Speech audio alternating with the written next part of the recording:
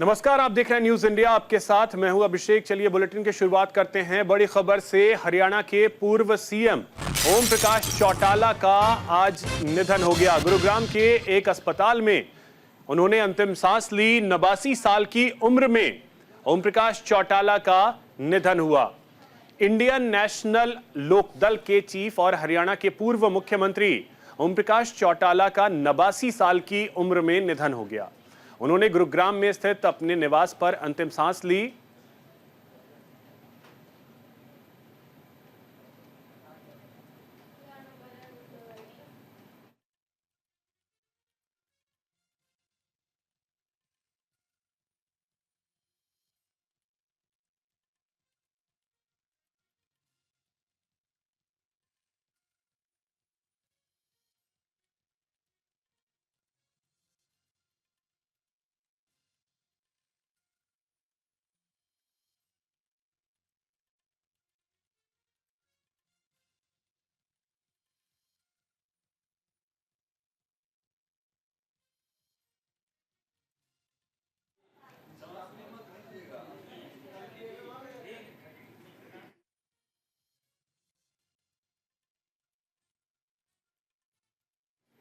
तो चौटाला मूल रूप से हिसार के रहने वाले थे और ये इलाका जाटों का गढ़ माना जाता है।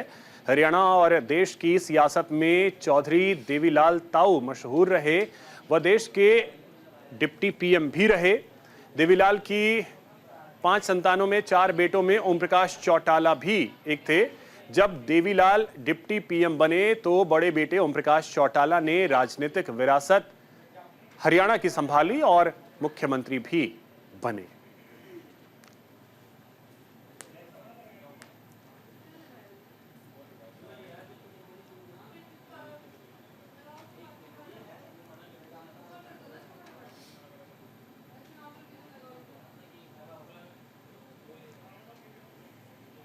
तो 89 साल की उम्र में ओम प्रकाश चौटाला का आज निधन हो गया।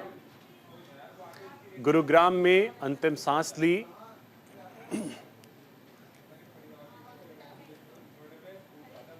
इंडियन नेशनल लोकदल के चीफ और हरियाणा के पूर्व मुख्यमंत्री।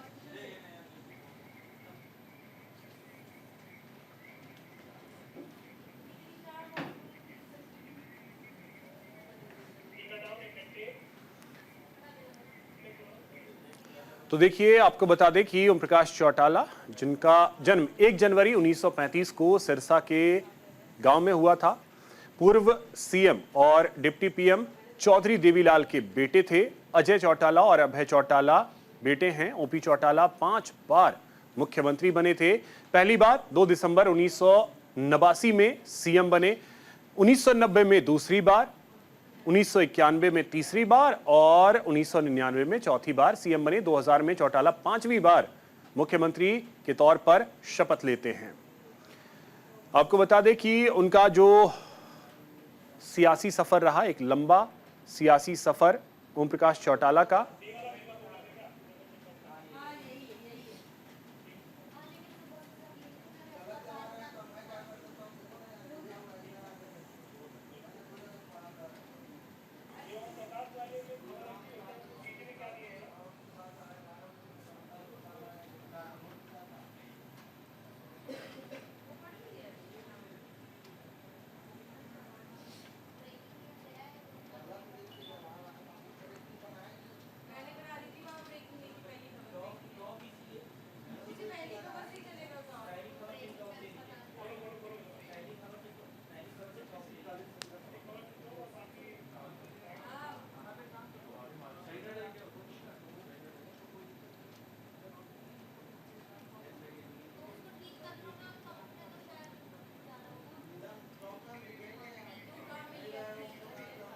तो ओम प्रकाश चौटाला के निधन से पूरे हरियाणा में शोक की लहर है। हरियाणा सरकार ने पूर्व सीएम ओम प्रकाश चौटाला के निधन पर 3 दिनों का राजकीय शोक का ऐलान किया है।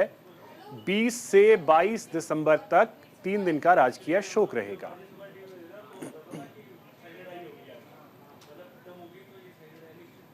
और 21 दिसंबर को राजकीय सम्मान के साथ पूर्व सीएम ओम प्रकाश चौटाला का अंतिम संस्कार किया जाएगा। पीएम मोदी ने ओम प्रकाश चौटाला के निधन पर दुख व्यक्त किया है। उन्होंने पोस्ट करके लिखा है कि प्रदेश की राजनीति में वे बेहद सक्रिय थे।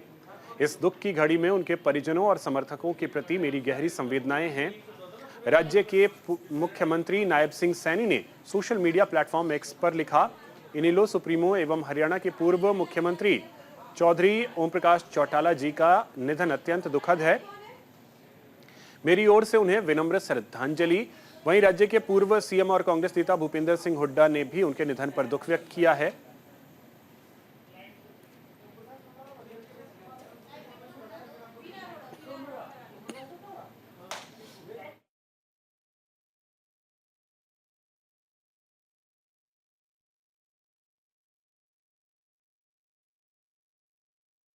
कांग्रेस की राजनीति में बहुत लंबे समय तक साथ रहे और वो ओम प्रकाश जी जब मुख्यमंत्री थे तो मैं विपक्ष का नेता था।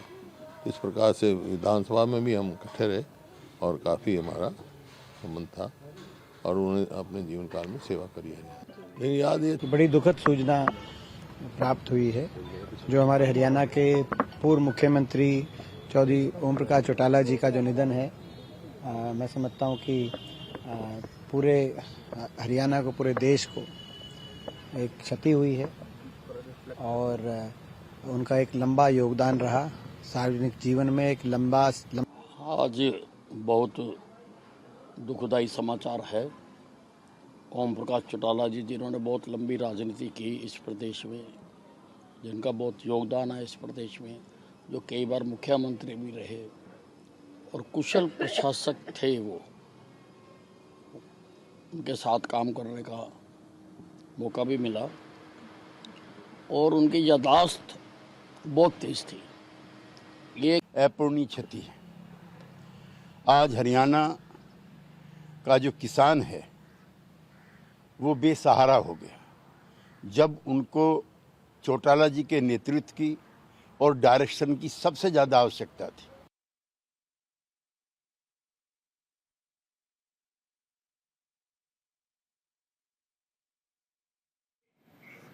तो देखिए, सीएम के तौर पर जो सफर रहा है ओम प्रकाश चौटाला का, वो भी हम आपको दिखा रहे हैं।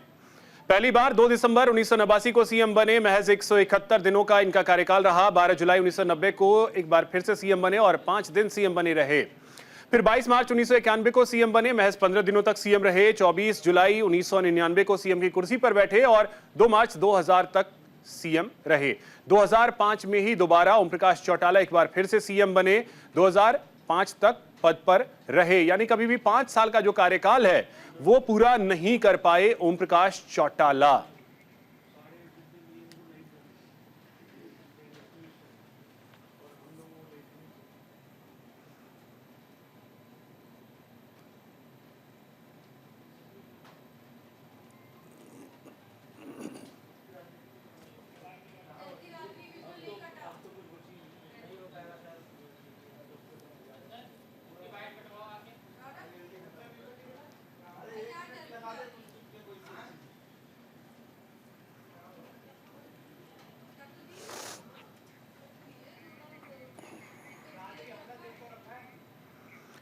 तपोवन में सीएम सुक्खू का बयान, भ्रष्टाचार रोकने के लिए बनेगा कानून। भ्रष्टाचार पर विचार करेगी हिमाचल सरकार।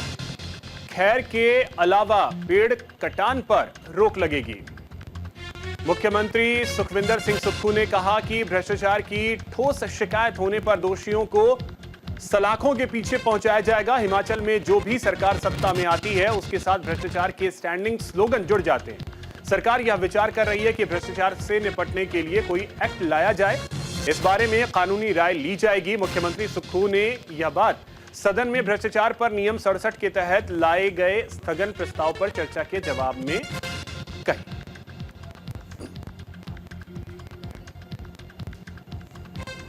शराब में 600 करोड़ रुपया एक साल में हम कमाते हैं, 4 साल में 600 करोड़ बीजेपी कमाती है। एक साल में 600 करोड़ का बनाने वाला घोटाला हुआ कि 4 साल में करवाने वाला घोटाला हुआ?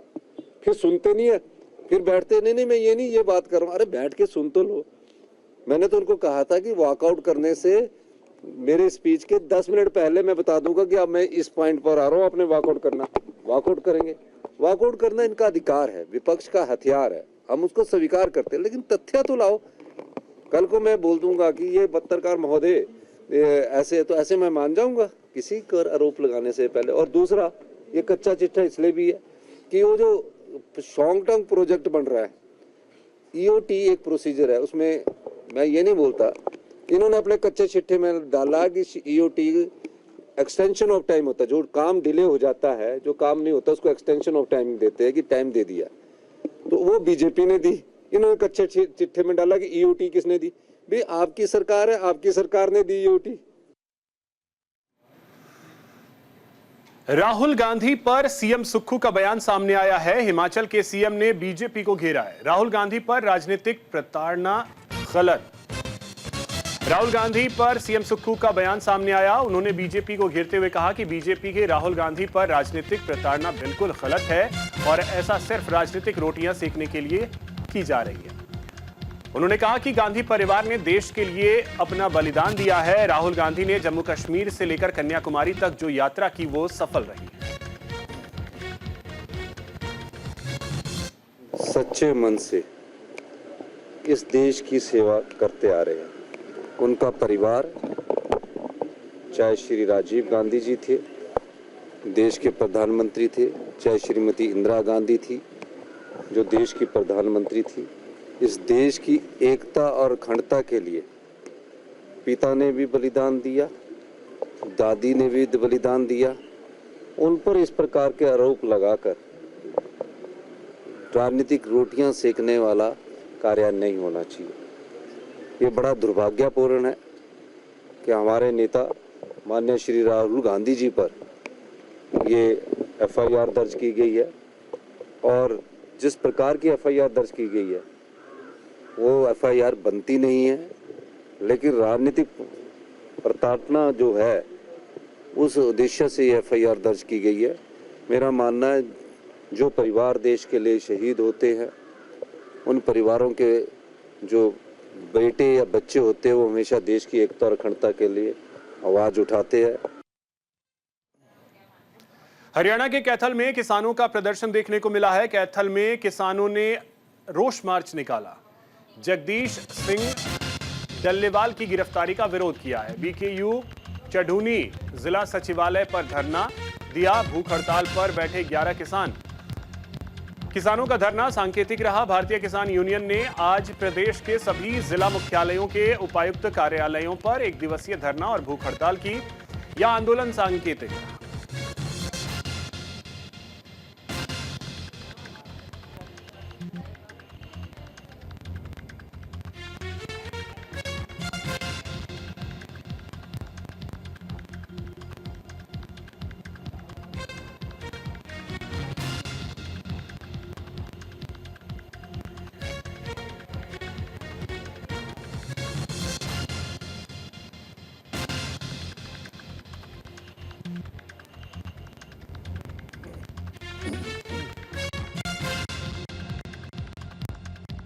मुद्दा किसानों का है ये, इसके लिए जगजीत सिंह जी डल्लेवाल अमर अनशन पर बैठे हुए 24 दिन हो गए, आज 25 में प्रवेश कर गए।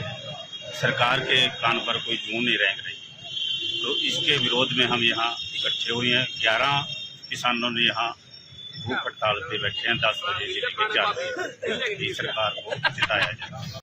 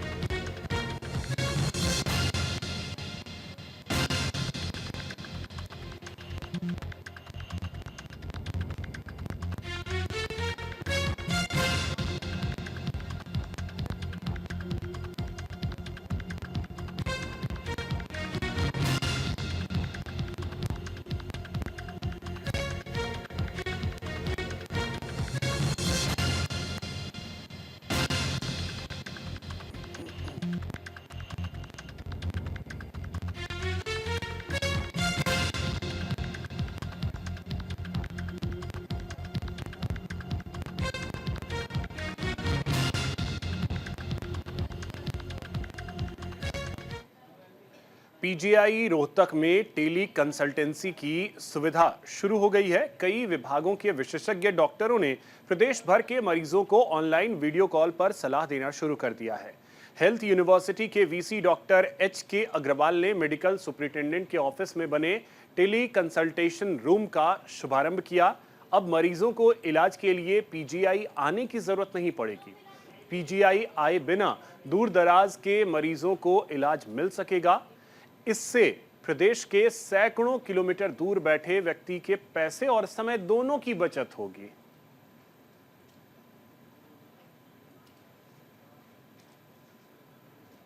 आज हमने 19 दिसंबर को, जैसे कि हमारी हरियाणा सरकार के निर्देशानुसार, post graduate institute of medical sciences Rohtak में टेली कंसल्टेशन की फैसिलिटी शुरू कर दी है। मैं यहाँ बताना चाहूँगा कि टेली कंसल्टेशन की फैसिलिटी से हमारे जो पीजीआई एक नोडल सेंटर बनाया गया है सरकार की तरफ से, और यहाँ से इस सेंटर से अब हम हरियाणा की सभी प्राइमरी हेल्थ सेंटर्स को, कम्युनिटी हेल्थ सेंटर्स को, जो वहाँ डॉक्टर बैठे हैं, वो हमारे डॉक्टर से डायरेक्टली वहाँ उनके सामने जो पेशेंट हैं उनकी कंडीशन बता के एक परामर्श ले सकते हैं।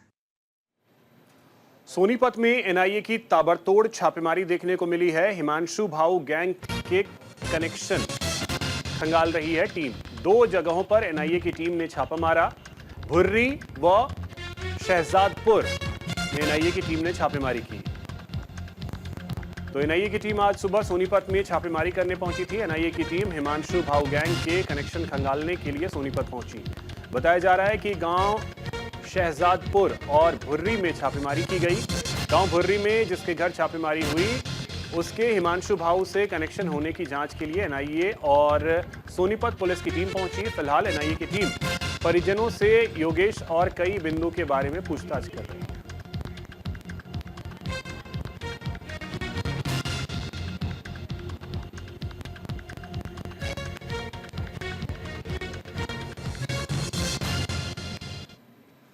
गुरुग्राम के उल्लावास में सरकार के 7 एकड़ जमीन पर अवैध कब्जा करने वालों के खिलाफ RS बाट ने जमकर डंडा चलाया और पूरी जमीन को खाली करवा लिया गया।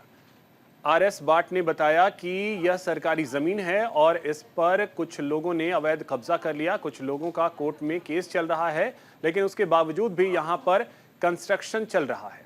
लगातार शिकायत मिल रही थी, जिसके आधार पर आज इस जमीन को खाली करवाया गया। देखिए, ऐसे है जैसे हमने पहले भी कल भी बहुत अच्छी कार्रवाई की है SPR रोड के ऊपर। सरकारी लैंड के ऊपर जो सरकारी लैंड है या कोई रोड में आती है या ग्रीन बेल्ट में आती है, उसके ऊपर कार्रवाई हमारी सख्ती से हो रही है। आज जो ये है, ये उल्लावास गांव की जमीन है। लगभग इसमें 7 एकड़ लैंड है। प्राइम लोकेशन है सेक्टर डिवाइडिंग रोड के ऊपर। कुछ मैटर कोर्ट मैटर चल रहे हैं, डेफिनेटली कोर्ट मैटर चल रहे हैं, लेकिन कोई स्टे नहीं है। अब स्टे नहीं है तो चलो भी, ना निगम कुछ बना रहा है, ना ही हम किसी और को कह सकते हैं भी आप भी बनाओ। जिसका झगड़ा चल रहा है लेकिन स्टे नहीं है, वो बना भी नहीं सकता। तो इन्होंने जैसे पहले निगम की टीम ने आके नर्सरी हटाने की कोशिश की, झुग्गियां जब बस रही थी तब भी रोका गया, लेकिन फिर भी बन गई। तो आज हम इस लैंड को जो है लगभग क्लियर करेंगे। फिरोजपुर जिला पुलिस नशे के खिलाफ लगातार अभियान चला रही है ताकि फिरोजपुर में नशे को जड़ से खत्म किया जा सके। इसी कड़ी में पुलिस ने नशे के सामान के साथ एक आरोपी को गिरफ्तार किया है। आरोपी के पास से पुलिस ने नशे के साथ साथ एक नया आइस ड्रग और पैसा भी बरामद किया है और आरोपी को गिरफ्तार कर लिया गया है। अब पुलिस और एजेंसियां इस बात की जांच कर रही हैं कि ये नशीला पदार्थ फिरोजपुर तक कैसे पहुंचा और इसका इस्तेमाल कैसे किया जा रहा है। CIA ਵੱਲੋਂ ਕਮਰਸ਼ੀਅਲ ਰਿਕਵਰੀ ਕੀਤੀ ਗਈ ਹੈ। ਪ੍ਰਾਈਮਾ ਫੇਸੀ ਜਿਹੜੀ ਡਰਗ ਫੜੀ ਗਈ ਹੈ ਉਹ 200 ਗ੍ਰਾਮ ਆਈਸ ਲੱਗਦੀ ਹੈ, ਜਿਸੇ ਕ੍ਰਿਸਟਲ ਮੈਟਾਐਮਫੈਟਾਮੀਨ ਵੀ ਕਹਿੰਦੇ ਨੇ। ਇਸ ਦੇ ਇਲਾਵਾ ਇਹਨਾਂ ਨੇ ਟੋਟਲ 4,05,000 ਰੁਪਏ ਦੀ ਵੀ ਰਿਕਵਰੀ ਕੀਤੀ ਹੈ। ਜਿਹੜਾ ਦੋਸ਼ੀ ਹੈ ਉਹ ਉਸ 'ਤੇ ਪੁਰਾਣੇ ਕੋਈ ਵੀ ਪਰਚੇ ਨਹੀਂ ਹੈ, ਉਹਦੀ ਉਮਰ 28 ਵਰਸ਼ ਹੈਗੀ। ਤੇ ਇਸ ਤੋਂ ਪਹਿਲੇ ਪੁੱਛਗਿੱਛ ਵਿੱਚ ਇਹ ਵੀ ਪਤਾ ਚੱਲਾ ਹੈ ਕਿ ਫਿਰੋਜ਼ਪੁਰ ਸ਼ਹਿਰ ਦੇ ਇੱਕ ਹੋਟਲ ਦੇ ਵਿੱਚ ਉਹ ਪਰਚੇਜ਼ਿੰਗ ਮੈਨੇਜਰ ਦਾ ਵੀ ਕੰਮ ਕਰਦਾ ਸੀਗਾ।